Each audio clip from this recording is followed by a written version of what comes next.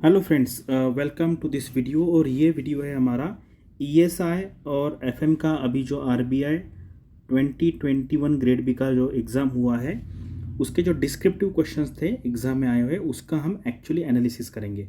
और वो इजी थे या डिफ़िकल्ट थे ये भी हम इन मीन वाइल हम यहाँ पर देख लेंगे। तो ये देखो, ये चालू करने से पहले मैं आपको एक चीज़ बता देता हूँ कि जब ये एग्ज़ाम हुआ तो मतलब काफ़ी स्टूडेंट्स को डिफ़िकल्ट एग्ज़ाम लगा और उन्होंने पूरे होप छोड़ दिए, क्योंकि लास्ट ईयर का कट ऑफ उन्होंने देखा था वो था 122। ठीक है, 122 कट ऑफ देखा तो उनको लगा कि कट ऑफ कब कहाँ तक आ जाएगा, मतलब 100 आएगा या 90 आएगा, 80 आएगा, इसके नीचे थोड़ी जाने वाला है। तो इसलिए क्या है ना, बहुत सारे स्टूडेंट्स ने पढ़ाई करना छोड़ दिया। लेकिन मैंने फिर इमीडिएटली ये कट ऑफ प्रेडिक्शन किया कि 70 ±5 कट ऑफ आ सकता है। तो ये देखने के बाद फिर कुछ स्टूडेंट्स ने जिनका स्कोर 70 75 ऐसे था उन्होंने पढ़ाई चालू की, और कुछ स्टूडेंट ऐसे भी थे जिनका 80 to 90 के बीच में स्कोर था और उनको लगा कि मेरा सिलेक्शन नहीं होगा, तो उन्होंने पढ़ाई करना छोड़ दिया और उनके जो हम कहते हैं ना इम्पॉर्टेंट 10 दिन थे उनके चले गए, क्योंकि रिजल्ट 8-10 दिन के बाद आया। तो ये भी बहुत इम्पॉर्टेंट है क्योंकि एग्ज़ाम के बाद फेज़ 1 के बाद हमारे पास बहुत कम दिन थे, और आप बहुत सारे स्टूडेंट ने अगर उतने सारे डेज वेस्ट कर दिए तो पढ़ाई पे हैम्पर डेफिनेटली होगा। तो फिर मेरी एडवाइस जो लोगों ने मान ली, तो मैं स्टूडेंट को ये कहता था आप पढ़ाई चालू कीजिए, अगर नहीं होगा तो पढ़ाई थोड़ी वेस्ट जाने वाली है। लेकिन अगर उल्टा हो गया, आपने अच्छा स्कोर किया, आप एग्ज़ाम क्लियर किया लेकिन आपने 8-10 दिन गंवा दिए तो कोई फ़ायदा नहीं है। इसीलिए तो मैंने उस टाइम ये भी बताया था कि ऐसा भी सेक्शनल कट ऑफ लगने के काफ़ी चांसेस हो सकते हैं, क्योंकि आरबीआई क्या करता है जैसे 25% 20% ऐसा कट ऑफ सेट करता है। तो मैंने देख के ये लिमिट सेट किया था, और आप देखेंगे कि बहुत सारे स्टूडेंट का रीजनिंग का कट ऑफ इस बार मिस हो गया। ठीक है, और ओवरऑल कट ऑफ कुछ नियर अबाउट 66-67 के बीच में आया, यानी कि मेरा ये कट ऑफ का जो प्रेडिक्शन था वो सही रहा। और इसका बेनिफिट लेके जो लोगों ने वो 8-10 दिन का फ़ायदा लिया उनको पेपर अच्छा गया है। ठीक है, तो अभी ये दिखते हैं कि 2018 में मैंने फेज़ 2 का कट ऑफ प्रेडिक्ट किया था, फेज़ 2 का किया था, उसके बाद फाइनल कट ऑफ किया था, उसके बाद टॉपर का भी किया था। तो ये तीनों के तीनों मेरे कट ऑफ बराबर आए थे। तो ये किस लिए आए, ये मतलब इस पर 2-3 चीज़ें। एक तो मैं स्टूडेंट के साथ डायरेक्टली बात करता हूँ, फर्स्ट हैंड इन्फॉर्मेशन मुझे मिलती है नियर अबाउट 100 के आसपास स्टूडेंट की। उसके बाद मेरा जो एक्सपीरियंस है उसके बेसिस पे मैंने ये कट ऑफ प्रेडिक्शन किया था और ये 100% बराबर आया था। उसके बाद 2019 में भी मैंने वैसा किया, मैंने भी कट ऑफ प्रेडिक्शन किया था इस बार। और इस बार ऐसे था कि कोई किसी को भी इस पर भरोसा नहीं था, लोगों ने कहा कि इनका गलत किसी भी हाल में आ ही जाएगा, लेकिन फाइनली आपने सब ने देखा ये भी मेरा कट ऑफ बराबर आया। तो मैं इस साल भी कट ऑफ का वीडियो बनाऊंगा। इस साल मुझे पता है ये डिफ़िकल्ट होने वाला है मेरे लिए, क्योंकि इस बार ऑब्जेक्टिव है, डिस्क्रिप्टिव है, तो इसलिए थोड़ी सी दिक्कत आ सकती है। लेकिन क्या है, मेरा जो काम है मैं करूँगा, ऐसा नहीं है कि every time it will come correct. ठीक है, कभी कभी बराबर आ सकता है, कभी कभी गलत भी आ सकता है, लेकिन मेरे साइड से एवरी ईयर मैं कर रहा हूँ। तो स्टूडेंट को क्या है, जो इंटरव्यू का प्रिपरेशन करना चाहते हैं उनको इससे काफ़ी बेनिफिट हो सकता है। ठीक है, तो ये है, मैं ये भी बताना चाहता हूँ कि इस साल जीए का क्वेश्चन जो सेक्शन था लोगों को काफ़ी डिफिकल्ट लगा, लेकिन मैंने ये विथ प्रूफ डाला है कि 80 में से नियर अबाउट 55 to 60 इससे भी ज़्यादा हो सकते, क्योंकि कुछ जो वीडियोस है वहाँ पे मैं सर्च नहीं कर सकता, यानी कि वीडियो फॉर्मेट में। जैसे मैंने कैसे सर्च किया, मैंने सारे मेरे पीडीएफ्स थे वो साथ में कर लिए, कंपाइल कर लिया, एक फाइल बना लिया, Ctrl+F करके सर्च किया, तो मुझे near about 55 to 60 question directly मिले कि जो मेरे कोर्स से आए थे। ठीक है, इससे भी ज़्यादा हो सकता है, मैंने सिर्फ फेज़ पहला शिफ्ट चेक किया था, सेकंड नहीं किया था। ठीक है, तो उसके बारे में मैं ज़्यादा कमेंट नहीं कर सकता। ये इसलिए बताया क्योंकि आपको पता चलना चाहिए कि आप जिससे गाइडेंस ले रहे हैं या लेने वाले हैं आगे जाके, तो उसका क्रेडिबिलिटी क्या है, उनका एनालिटिकल स्किल कितना बराबर आ सकता है, वो आपको पता चले, यही उसका पर्पस है। ठीक है, तो ये भी मेरा वीडियो था जिसमें मैंने नॉर्मलाइजेशन के बारे में एक्सप्लेन किया था। क्योंकि क्या हुआ, इस बार आप बहुत स्टूडेंट को पूछो जिन्होंने क्वांट में 4 अटेम्प्ट किए थे 7 मार्क आ गए, 7 किए 10 मार्क आ गए, जिन्होंने 10 मार्क किए उनके 12 आ गए। ये इसलिए होता है कि अगर आपका शिफ्ट डिफ़िकल्ट शिफ्ट रहा है तो उनके मार्क्स भी बाद में नॉर्मलाइजेशन प्रोसेस में इंक्रीज हो जाते। तो ये मैंने इस वीडियो में एक्सप्लेन किया था कि नॉर्मलाइजेशन एक्चुअली कैसे होता है, तो ये भी आप देख सकते हैं मेरे यूट्यूब चैनल पर। तो अभी हम आते हैं एक्चुअली फाइनेंस एंड मैनेजमेंट पहले मैं करूँगा, क्योंकि पहले फाइनेंस एंड मैनेजमेंट का पेपर हुआ था, उसके बाद गैप था, एंड उसके बाद ईएसआई एंड इंग्लिश एक शिफ्ट में हुआ।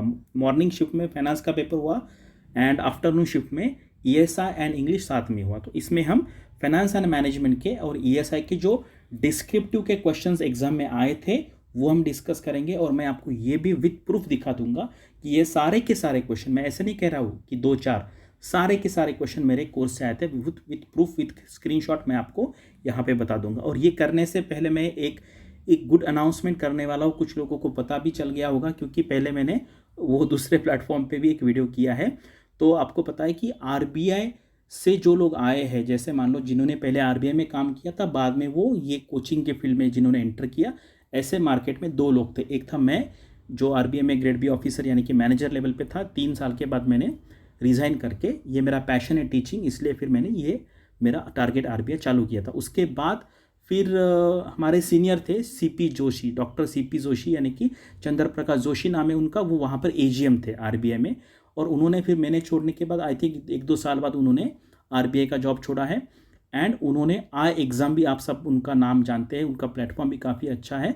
तो हम पिछले 1 साल से मतलब कांटेक्ट में थे, हम एज अ फ्रेंड भी बात करते थे, लेकिन इन बिटवीन जस्ट उन्होंने एक आइडिया रखा कि क्या हम साथ में काम कर सकते। तो फिर मैंने काफ़ी सोचा, मेरा प्लेटफॉर्म ऐसा नहीं है कि यहाँ पे कुछ प्रॉब्लम है, मैं अच्छा कर रहा था, वो भी अच्छा कर रहे थे, लेकिन आपको पता है सिनर्जी जब होती है, सिनर्जी यानी कि मैं एवरी टाइम एग्जांपल देता हूँ कि 2+2 4 नहीं है, 2+2 22 भी हो सकते हैं। ठीक, इसको कहते हैं सिनर्जी, यानी कि जब आप 2 अलग अलग लोग मिलते हैं तो उनका जो एडिशन होता है वो काफ़ी ज़्यादा हो सकता है। तो इसमें मतलब ऐसा नहीं है कि हम ये सोशल वर्क कर रहे हैं, ऐसा नहीं है। हमें इसमें इंडिविजुअल मेरा भी फ़ायदा है, सर का भी फ़ायदा है, और स्टूडेंट का इसमें ज़्यादा फ़ायदा होगा। क्योंकि अर्लियर अगर आपको हम दोनों का बेनिफिट अगर लेना था, हमारे मेंटरशिप का या हमारे कंटेंट का, तो आपको 2 अलग अलग कोर्स ज्वाइन करने पड़ते थे पहले। लेकिन अभी क्या है, हम साथ में आएंगे तो एक ही कोर्स पे आपको मेरी भी एक्सपर्टीज़ का फ़ायदा होगा, उनके भी एक्सपर्टीज़ का फ़ायदा होगा। ठीक है, तो और मेरा ये यूट्यूब चैनल चलता रहेगा, मेरे टेलीग्राम चैनल चलता रहेगा, फेसबुक चलता रहेगा, मैं लोगों को ऐसे भी मेंटरिंग करता रहूँगा। लेकिन एज अ हमें जो कोर्स रन करना होता है, हम साथ में करने वाले। तो ये जस्ट मुझे आपको अनाउंसमेंट करना था। और जो अभी मेरे जो स्टूडेंट्स हैं, जो नियर अबाउट एक 200-300 स्टूडेंट हो गए जिन्होंने फेज़ 2 का एग्ज़ाम दिया है, आप भी ये वीडियो देख रहे हैं, तो आपको भी मतलब ये मेरी जिम्मेदारी है कि आपको इंटरव्यू का प्रिपरेशन करवाए। आप में से जितने लोग पास हो जाएंगे, इंटरव्यू के लिए क्वालिफाई हो जाएंगे, उनको मैं मेरी तरफ से गाइडेंस करने ही वाला हूँ, पर्सनल करने वाला हूँ। और फिर उसके बाद जो एग्ज़ाम बी की जो टीम है, जैसे जोशी सर है, उनके पास शर्मा सर है कि जो आरबीआई में एग्जीक्यूटिव डायरेक्टर रह चुके हैं, उनका भी आपको बेनिफिट मिलेगा। और जो एग्ज़ाम बी के स्टूडेंट है उनको भी मेरा मेंटरशिप का फ़ायदा होने वाला है। ठीक है, चलो अब हम हमारे टॉपिक पे आते हैं। तो ये था फर्स्ट क्वेश्चन 50 मार्कर्स में। उन्होंने क्वेश्चन पूछा था कि रोल एंड फंक्शंस ऑफ ये सारे ऑर्गेनाइजेशन में, मुझे लगता है यहाँ पे ये सीट भी डबल हो गया, तो ये फंक्शंस पूछा था।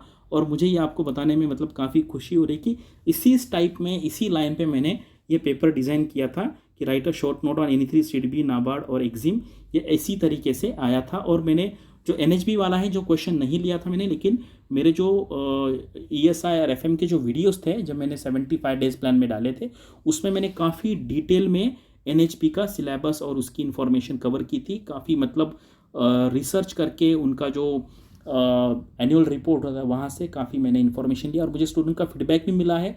कुछ स्टूडेंट ने ऐसा भी लिखा है कि सर आपका पहला पेपर मुझे देख के ऐसा लग रहा है कि जो पेपर सेटर थे उन्होंने आपका पेपर देख लिया, क्योंकि उसमें से काफ़ी, जो पहला पेपर था ना मेरा एफएम का फर्स्ट एंड ईएसआई का फर्स्ट, उसमें से काफ़ी क्वेश्चन डायरेक्टली वैसे के वैसे एग्जाम में आए थे। ठीक है, तो उसके बाद एक आरआरबी भी था उसमें। तो ये एक हमारे नोट्स में एक था कि कैबिनेट ने एक डिसीजन लिया था रिकैपिटलाइजेशन करने का आरआरबी के लिए। तो उसमें भी आरआरबी के फंक्शंस के बारे में, उसके वर्किंग के बारे में इंफॉर्मेशन थी। तो जो लोगों ने ये पढ़ा होगा उनको पेपर आसान गया होगा। ठीक है, उसके बाद एक सेकंड क्वेश्चन था 15 मार्कर में, बेसल नॉर्म्स क्या है एंड उसमें मेजर पिलर्स क्या है बेसल 3 के, वो थे। और आपको पता होगा मैंने यूट्यूब चैनल पे भी एक वीडियो पोस्ट किया था, और ये वीडियो मैंने कोर्स में भी पोस्ट किया था। उसमें मैंने काफ़ी डिटेल में लिया था कि बेसल 1 क्या है, बेसल 2 क्या है, बेसल 3 क्या है। यही फिर आगे बेसल 3 भी की पिलर्स भी यही पिलर्स है, उसमें बस एक लिक्विडिटी रिस्क आगे ऐड हुआ है। तो जो लोगों ने ये वीडियो काफ़ी डिटेल में लिया है मैंने, जो लोगों ने देखा होगा उन्होंने वो क्वेश्चन काफ़ी अच्छी तरीके से अटेम्प्ट किया होगा। उसके बाद कॉर्पोरेट गवर्नेंस है, ये मेरा फेवरेट टॉपिक है कॉर्पोरेट गवर्नेंस का, इसलिए मैंने टेस्ट सीरीज में 2-3 अलग अलग तरीके से क्वेश्चन पूछा था। Explain the feature of corporate governance, failure of corporate governance in PMC bank. तो जो लोगों ने ये क्वेश्चन अटेम्प्ट किया होगा मेरे टेस्ट सीरीज में, उन्होंने उसमें के जो इनपुट्स हैं वो एक्चुअल एग्जाम में भी उन्होंने वहाँ पर लिखे होंगे। तो ये क्वेश्चन था। और दूसरा ये भी क्वेश्चन था कि what are the Kotak committee recommendation on corporate governance. तो ये भी काफ़ी इंपॉर्टेंट रिकमेंडेशन थे। तो जो लोगों ने ये तो बैंक वो क्वेश्चन के रेफरेंस दिए होंगे एग्जाम में, उनको काफ़ी अच्छे मार्क्स मिल सकते हैं। ठीक है, उसके बाद हम आते हैं 10 मार्कर क्वेश्चन में, positive and negative behavioural reinforcement क्या है। तो ये हमने नोट्स में कवर किया था। देखो, रीइंफोर्समेंट थ्योरी ऑफ मोटिवेशन, उसमें यह है पॉजिटिव रीइंफोर्समेंट और निगेटिव रीइंफोर्समेंट। तो ये मैनेजमेंट के नोट्स में काफ़ी डिटेल में हमने कवर किया था। अभी 10 मार्कर्स में ये भी मेरा काफ़ी फेवरेट टॉपिक था, यूनियन बजट। इसलिए मैंने लोगों को कहा था कि जब भी आपको टाइम मिले, ऐसा लगता है कि मैं अभी क्या करूँ, उस टाइम पे मैंने लोगों को सजेस्ट किया था कि आप यूनियन बजट पढ़ें। तो ये भी मैंने टेस्ट में 2 बार कवर किया था, what are the 6 pillars of the budget. मैंने स्टूडेंट से रट लिया था पूरा, कि मैंने कहा आप पढ़ो, 2-3 बार पढ़ो, लेकिन बाद में फिर मन से लिखो। तो ये भी मुझे फीडबैक मिला स्टूडेंट का, सर ऐसे क्वेश्चन की आपने हमसे प्रैक्टिस करवाई, फिर मैंने इसमें फीडबैक भी दिया क्या क्या ऐड करना चाहिए, उसका भी स्टूडेंट्स को फ़ायदा हुआ है। ठीक है, तो ये भी मैंने दिखा था कि regarding budget explain the announcement related to health sector. तो ये भी अगर किसी ने क्वेश्चन लिखा होगा तो इसमें से भी लिख सकते, क्योंकि क्वेश्चन जनरल था कि बजट के बारे में क्या क्या अनाउंसमेंट हुआ था, वो आपको लिखना था। और एक क्वेश्चन मैंने बजट के बारे में लिया था कि बजट में इस बार ये PLI जो स्कीम है, प्रोडक्शन लिंक इंसेंटिव स्कीम, ये बजट में इसके बारे में लिखा हुआ था, सजेशन किया था गवर्नमेंट ने। तो ये भी मैंने लोगों को बताया था कि इसमें से भी आने वाला है। तो वो जो बजट का क्वेश्चन था उसमें आप इसका भी रेफरेंस दे सकते थे। ठीक है, तो और एक थर्ड क्वेश्चन था 10 मार्कर में, what are the transformational and transactional leadership. ये भी हमने नोट्स में काफ़ी अच्छी तरीके से कवर किया था, ट्रांजैक्शनल एंड ट्रांसफॉर्मेशनल लीडरशिप। और एग्जाम में एक्चुअल डिफरेंस भी पूछा था, तो डिफरेंस भी हमने एक टेबल के फॉर्म में कवर किया था। ठीक है, तो नियर अबाउट फाइनेंस का जो पेपर था काफ़ी स्ट्रेट फॉरवर्ड था। जैसे ही पेपर 1 हो गया, काफ़ी स्टूडेंट ने मुझे फ़ोन किया था और उन्होंने मुझे बताया कि सर काफ़ी स्ट्रेट फॉरवर्ड क्वेश्चन थे और हमारे टेस्ट सीरीज़ में से ही सब क्वेश्चन आए हैं, और MCQ भी अच्छे गए थे। अभी MCQ मैं जमा कर रहा हूँ, तो 1-2 दिन में उसका वीडियो मैं अपलोड कर दूंगा। अभी हम ESI के बारे में देखते हैं। तो ESI का जो पेपर था वो डायरेक्ट क्वेश्चन नहीं थे, थोड़ा इनडायरेक्ट था। और ये जो फाइनेंशियल क्राइसिस हुआ था 2008 का, जिसको GFC कहते हैं, ग्लोबल फाइनेंशियल क्राइसिस, एक्चुअली ये इस साल RBI ने फेज़ 2 में ये टॉपिक ऐड किया था। किसके? फाइनेंस के। लेकिन वो फाइनेंस में नहीं आया, लेकिन वो क्वेश्चन ESI में आया है। तो मैंने काफ़ी इसके बारे में स्पेशल लेक्चर भी ऐड किया था बाद में। तो जो स्टूडेंट्स ने वो क्वेश्चन अटेम्प्ट किया, और मैंने टेस्ट सीरीज में भी ये क्वेश्चन डाला हुआ था, तो आप उसको डीग्लोबलाइजेशन भी कह सकते हैं। जैसे मान लो कि ग्लोबलाइजेशन का अपोजिट, यानी कि जब ग्लोबल फाइनेंशियल क्राइसिस हुआ उसके बाद थोड़ा सा हम कह सकते हैं कि ग्लोबलाइजेशन का प्रोसेस रिवर्स हो गया, तो उसको आप डीग्लोबलाइजेशन भी कह सकते हैं। तो ये भी क्वेश्चन जिसने लिखा है, इसका थोड़ा सा रेफरेंस उन्होंने वो क्वेश्चन में डेफिनेटली ऐड किया होगा। ठीक है, तो ग्लोबल फाइनेंशियल क्राइसिस का ये जो मेरा लेक्चर है, उसका ये एक मैंने स्क्रीनशॉट यहाँ पर ऐड किया है। और ये बहुत इंपॉर्टेंट था। मैंने जब लेक्चर लिया था, मैंने ये भी एक्सप्लेन किया था कि जैसे ट्रांसमिशन ऑफ ग्लोबल शॉक्स, यानी कि ग्लोबल लेवल पे कोई भी शॉक आता है, जैसे अभी मान लो कि ग्लोबल फाइनेंशियल क्राइसिस 2008 का, या फिर अभी कोरोना का है, तो वो कौन से वे में ट्रांसमिट होता है। जैसे मान लो ट्रेड चैनल है, ट्रेड पे क्या फ़र्क पड़ता है, जो इंपोर्ट एक्सपोर्ट है। उसके बाद फाइनेंस है, यानी कि जो आप कैपिटल रेजिंग करते हैं उस पर क्या फ़र्क पड़ेगा। कमोडिटी प्राइजेस में क्या फ़र्क पड़ता है। एक्सपेक्टेशन कॉन्फिडेंस, यानी कि ग्लोबल लेवल का कैसे कॉन्फिडेंस लेवल बढ़ता है या गिरता है। तो ये भी अगर किसी ने इस एंगल में लिखा होगा तो उसको काफ़ी अच्छे मार्क्स वहाँ पर मिल सकते हैं। Various methods of poverty measurement, ये भी क्वेश्चन मैंने ESI का जो टेस्ट सीरीज था, मैंने उसमें ये क्वेश्चन पूछा था। How is poverty measured in India, briefly enumerate the measures undertaken by the government of India in recent years to alleviate poverty. तो इसमें जैसे 2-3 एंगल से लिखना था कि जो पॉवर्टी का मेजरमेंट होता है उसमें जैसे पर कैपिटा इनकम का क्या रोल है। इन्फ्लेशन क्या होता है, हम इन्फ्लेशन को ऐसा कहते हैं कि it is an tax on the poor. जैसे मान लो फॉर एग्जांपल एक पुअर है, उसका इनकम 100 रुपीज़ है, और वो 100 रुपीज़ में 1 kg मान लो कुछ ग्रेन्स ले सकता है या फ्रूट्स ले सकता है। लेकिन इन्फ्लेशन अगर बढ़ गया तो उसकी परचेसिंग पावर कम हो जाएगी। मतलब पहले अगर वो 1 kg ले पाता था, तो अभी वो ½ kg ले पाएगा ड्यू टू इन्फ्लेशन। तो ये इस एंगल में थोड़ा सा एक्सप्लेन करना था, और उनको ये भी बताना था कि गवर्नमेंट की सेफ्टी नेट्स, यानी कि कौन कौन सी गवर्नमेंट स्कीम थी जो पॉवर्टी रिलेटेड थी। ठीक है, तो ये एक मिनट, तो ये पॉवर्टी का जो लेक्चर था मेरा, उसका मैंने कुछ स्क्रीनशॉट लिया है। तो ये तेंदुलकर कमेटी, इन्होंने काफ़ी मतलब ये पर डे कंजम्पशन के बारे में, कितना कंजम्पशन होता है, उन्होंने ये पॉवर्टी लाइन जो डिफाइन की थी। उसके बाद एक रंगराजन कमेटी भी थी, ये भी मैंने कोर्स में इंक्लूड किया था। रिसेंटली गवर्नमेंट की कौन कौन सी स्कीम है, ये स्कीम्स के बारे में वहाँ पे थोड़ा सा मेंशन करना था कि गवर्नमेंट ने पॉवर्टी एलिवेशन के लिए ये जो सारी स्कीम्स है वो ऑनगोइंग है। 10 मार्कर के लिए क्या है, vertical and horizontal transfer of resources. ठीक है, तो इसका मतलब क्या है, मैंने एक वीडियो लिया था, इसमें एक होता है, आप इसको कहते हैं फाइनेंशियल डिवोल्यूशन, यानी कि जैसे सेंट्रल गवर्नमेंट से अगर आप स्टेट गवर्नमेंट को कितना फंड उन्होंने ये किया है, मतलब 41% दिया है, इसको कहते हैं वर्टिकल डिवोल्यूशन। और उसके बाद ये जो 41% है इसका डिस्ट्रीब्यूशन आपको अलग अलग स्टेट्स में कैसे करना है, उसका ये फॉर्मूला है। तो ये काफ़ी स्टूडेंट्स ने कहा कि सर आपने जो दिया था, और मैंने बोला था स्टूडेंट्स को जो मेरे पीपीटीज़ है आप उसको अच्छी तरीके से देख लीजिए, और ऐसे यही क्वेश्चन था, जो स्टूडेंट ने ये पीपीटी देखी होगी उनको वो क्वेश्चन काफ़ी आसानी से उन्होंने लिखा होगा। ठीक है, और ये भी है रिकमेंडेशन, क्योंकि बीच में आपको पता है कोरोना की वजह से जो सेंट्रल गवर्नमेंट है, स्टेट गवर्नमेंट है, उनको जो रेवेन्यू मिलता है, फाइनेंसेस मिलता है, मतलब मार्केट से या फिर अलग अलग टैक्सेस से या फीस से, तो उसमें काफ़ी कमी आई थी। तो उसके लिए कैसे सोल्यूशन करना था, इसके बारे में भी काफ़ी गवर्नमेंट्स की मीटिंग थी, और ये भी हमने करंट अफेयर्स में कवर किया था। एक 10 मार्क के लिए क्वेश्चन आया था, analyse the 3 major suggested for the disinvestment in strategic and non strategic sector. तो इसके बारे में भी हमने क्वेश्चन कवर किया था टेस्ट सीरीज में। Regarding budget explain the announcement related to the disinvestment and strategic sale. ठीक है, तो जो लोगों ने ये क्वेश्चन अटेम्प्ट किया होगा उनको काफ़ी ईजी का। तो ये मतलब मेरा ये सारा बताने का पर्पज़ ये है कि अगर आप अच्छी तरीके से पढ़ाई करेंगे, अच्छे मेंटर से पढ़ाई करेंगे, तो मतलब ये इस बार क्या था, बहुत सारे स्टूडेंट बहुत डर रहे थे। तो मैंने कहा कि आप बिल्कुल मत डरिए, मैं जैसे आपको बता रहा हूँ आप वो फॉलो कीजिए, तो डेफिनेटली आपको अच्छा जाएगा। बहुत स्टूडेंट्स बोल रहे थे मुझे सर हमें कुछ भी पता नहीं, तो मैंने कहा उनको कि आप क्या कीजिए, ये क्वेश्चन पेपर है मेरा, आप ये पढ़िए, गूगल में जाके पढ़िए, मेरे कोर्स से पढ़िए, बुक पे से पढ़िए, 5 घंटे पढ़िए, लेकिन बाद में फिर 1-2 घंटे का गैप देखिए, इवनिंग में आप ये पेपर मन से लिखिए। तो ऐसा करेंगे आप, फिर बाद में फिर मैं फीडबैक दे दूंगा, फिर वो फीडबैक ऐड कर दीजिए। इतना सारा अगर प्रोसेस करेंगे तो कोई भी स्टूडेंट हो वो डेफिनेटली डिस्क्रिप्टिव पेपर को विद कॉन्फिडेंस अटेम्प्ट कर सकता है। Influence of the demographic transition on economic growth with reference to India.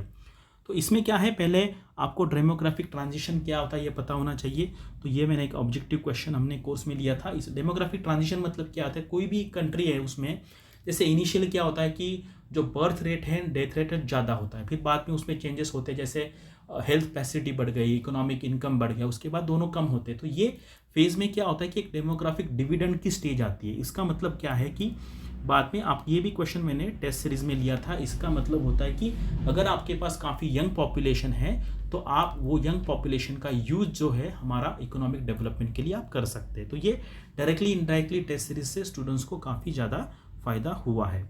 India's commitment to climate change in the light of socio economic health and developmental aspect. ये question directly cover नहीं किया था, लेकिन indirectly मैंने इस पर कुछ question पूछे थे, जैसे मान low impact of the economic development on environment. तो एनवायरनमेंट मतलब क्लाइमेट चेंज है, इसकी वजह से इकोनॉमी पे क्या फ़र्क पड़ता है, डेवलपमेंट से क्लाइमेट चेंज पे क्या फ़र्क पड़ता है, ये दोनों 2 वे प्रोसेस है। तो इसके बारे में ये भी लिखना था कि रिसेंटली गवर्नमेंट ऑफ इंडिया ने क्या क्या स्टेप्स लिया है क्लाइमेट चेंज का जो इफेक्ट होता है वो कम करने के लिए। गवर्नमेंट ऑफ इंडिया ने काफ़ी सारे प्रोजेक्ट्स है, स्कीम्स लॉन्च की थी, जैसे एक हमारा प्लान है national action plan for climate change. तो जो स्टूडेंट ने इसके बारे में रेफरेंस अगर आंसर में दिया होगा तो जो पेपर एवेलेटर है वो काफ़ी इंप्रेस हो सकते हैं, क्योंकि ये क्वेश्चन मुझे लगता है कि फाइनेंस के पेपर में, एनईएसए पेपर में सबसे ट्रिकी क्वेश्चन ये था, क्योंकि आप जो जनरल अवेयरनेस पढ़ते हो उसका आपको यूज़ करते आना चाहिए आपके आंसर राइटिंग में। तो ये भी सस्टेनेबल डेवलपमेंट गोल्स है, क्लाइमेट चेंज है, तो इसका भी रेफरेंस आप दे सकते थे। ठीक है, ये भी अलग अलग मिनिस्ट्रीज की गवर्नमेंट की स्कीम्स है। तो मेन बताने का ये पर्पज़ है कि 100% जो मतलब आप कुछ क्वेश्चन कह सकते हैं कि सर डायरेक्टली नहीं थे, लेकिन आपको 6 में से 4 लिखने थे। ठीक है, 2 ESI में 6 में से 4 लिखने थे, फाइनेंस में 6 में से 4 लिखने थे। तो 4 क्वेश्चन तो डेफिनेटली जो स्टूडेंट ने मैंने जैसे बताया वैसे अगर पढ़ाई की होगी तो डेफिनेटली उन्होंने अच्छा किया होगा। अभी हम देखते हैं कि ESI के क्वेश्चन मेरे पास 1-2 दिन में आ जाएंगे। उसके बाद मैं कुछ स्टूडेंट्स के साथ पर्सनली बात करने वाला हूँ। अभी तो मैंने 31 स्टूडेंट से बात किया है 1-to-1, और भी एक नियर अबाउट 100 नंबर हो जाने के बाद फिर मैं थोड़ा सा उनका फीडबैक फर्स्ट हैंड इन्फॉर्मेशन लेने के बाद, फिर कुछ मेरा प्रीवियस एनालिसिस के बाद मैं फिर 2 दिन में एक वीडियो बनाऊंगा। उसमें मैं एक्सप्लेन करूंगा कि कट ऑफ कितना जा सकता है, और आगे उसके बेसिस पे मैं तो ऐसा सजेस्ट करूंगा सबको कि आप सब स्टूडेंट्स ने इंटरव्यू का प्रिपरेशन करना चाहिए। और जो मेरे स्टूडेंट हैं जिन्होंने मेरा कोर्स एनरोल किया था, अभी मैं ये बात तो सच है कि मैं अभी एग्ज़ाम बी को ज्वाइन करने वाला हूँ, लेकिन आपको सेलेक्ट करवाने की, आपका इंटरव्यू की प्रिपरेशन अच्छी करवाने की ज़िम्मेदारी मेरी है, तो वो मैं डेफिनेटली करूँगा। जैसे ही आप अभी डायरेक्टली भी मुझे कांटेक्ट कर सकते हैं, आपको पता है जो हमारा डिस्क्रिप्टिव के लिए जो ईमेल आईडी है वहाँ से भी आप मुझे कांटेक्ट कर सकते हैं, पर्सनली जिनके पास मेरा नंबर है आप कांटेक्ट कर सकते हैं। हम धीरे धीरे इंटरव्यू का प्रिपरेशन चालू करेंगे और जब रिज़ल्ट आ जाएगा तो फुल फ्लेजली हम चालू ही करने वाले हैं। तो फिर आप अभी थोड़ा दिन आराम कीजिए, क्योंकि आपने काफ़ी पढ़ाई की है पिछले 15-20 दिन में, थोड़ा आराम कर लीजिए। उसके बाद फिर हम इंटरव्यू का प्रिपरेशन चालू कर देते हैं। पहले आप मेरा एक कट ऑफ वाला वीडियो देख लीजिए, उसके बाद मैं इंटरव्यू का एक जनरल गाइडेंस का एक वीडियो भी अपलोड करूँगा, ठीक है। और आप हम मेरे कांटेक्ट में रहिए, जब तक आपका सिलेक्शन फाइनल इंटरव्यू हो जाएगा तब तक मैं आपके कांटेक्ट में रहने वाला हूँ, ठीक है। तो ये है आज का मेरा वीडियो। कुछ डाउट है तो आप वहाँ पे कमेंट सेक्शन में मुझे पूछ सकते हैं। Thank you and all the best.